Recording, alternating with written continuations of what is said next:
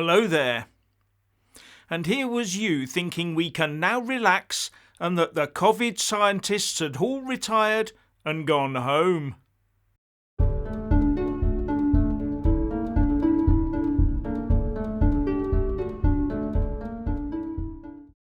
They haven't given up and gone home, you know. Those COVID scientists are still tooth-combing the data to find out why they should be keeping our fear factor high. According to the UK government's chief scientific advisor, Sir Patrick Vallance, COVID is now evolving rapidly. Speaking to Parliament's Science and Technology Committee, he said, "This virus has not gone away. It's not going to go away.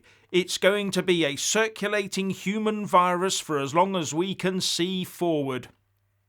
And therefore, he says, it is crucially important that the UK keeps measures in place that would allow us to ramp up our response quickly again.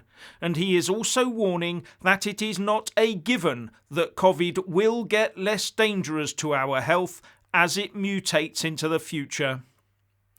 Well, I suppose he has to be cautious, but I do think we're getting a bit bogged down with COVID. For me, all this does is gets people over-anxious and they start screeching mask and lockdown as soon as someone coughs or sneezes down the road from them.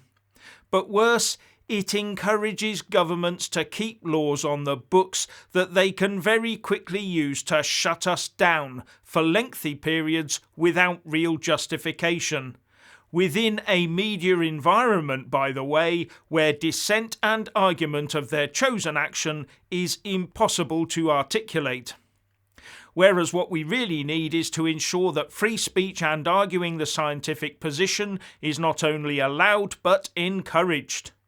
Not as in the case of the last 2 years, where the government was free to pick one response, unopposed, then splurge huge numbers of billions on it, with many of those billions now lost and unaccounted for and sitting in the pockets of thieves, with no intention from government of ever going after that money and those that stole it, while we were forced to sit at home, ask no questions and obey everything. Do we really want a repeat of that?